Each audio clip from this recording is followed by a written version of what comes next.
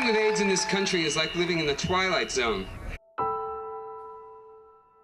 The AIDS crisis wreaked havoc for nearly a decade during the 1980s, taking the lives of millions of people worldwide. It wasn't until 1987 that President Ronald Reagan publicly used the word AIDS for the first time. However, President Reagan believed that it was not the job of the government to provide sex education, but rather he believed it was the job of parents. This made sex education taboo and further restricted people's access to safe sex methods such as the use of condoms. Mr. Reagan was in Philadelphia today to make his first major speech about AIDS. One of the things that's been wrong with too much of our education is that no kind of values of right and wrong are being taught. The administration has not put its money behind its rhetoric in fighting this AIDS epidemic. Because the government really did nothing about the AIDS crisis and sex education, founding leaders Larry Kramer, Vito Russo, and Didier Lestrade kind of stepped up to this need that was very much so needed in the public and created ACT UP with the help of the Gay and Lesbian Foundation of New York. So since its inception, ACT UP has been deeply committed to feminist theory and praxis by fighting against the systemic power differentials that slate certain bodies for death and debilitation. During the 1970s, the pink triangle became the symbol of gay pride and liberation.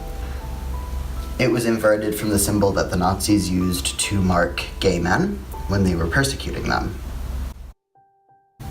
One of the biggest ideas of ACT UP was the idea of civil disobedience and direct action to cause change. Without a central focus during the wild time that was the 1980s, nothing could be done. It was essential to have a purpose and a message from the very beginning. Any group that wishes to use civil disobedience or direct action to achieve change must 1. Make absolutely clear what change is desired, usually by listing specific demands. 2. Target a group or individual with the power to bring about the desired change. 3. Design actions so that the cost of resisting change is perceived by the person or group in power to be greater than the cost of giving in. Adopting methods and strategies of nonviolence exercised during the civil rights movement, activists exposed and protested those in power who resisted or refused to acknowledge the AIDS epidemic. Across the country, demonstrators sought to bring the AIDS epidemic into public discourse. ACT UP really grew during the late 80s and the early 90s to have thousands of members all across the country and the world, creating over more than 70 chapters with many different marches and ideas in each each group that would attack what was happening in those areas and really approach law enforcement using those dramatic acts of civil disobedience. The slogan then joined 2 others, action equals life and ignorance equals fear, and they became some of the more prominent symbols of the ACT UP movement, along with a poster with a bloody red handprint on it, saying the government has blood on its hands.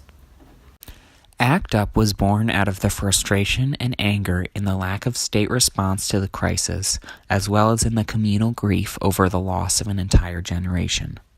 In a near-apocalyptic socio-political moment, ACT UP strove not only to bring about legislative and medical reforms, but also to give a voice to those who could no longer speak for themselves.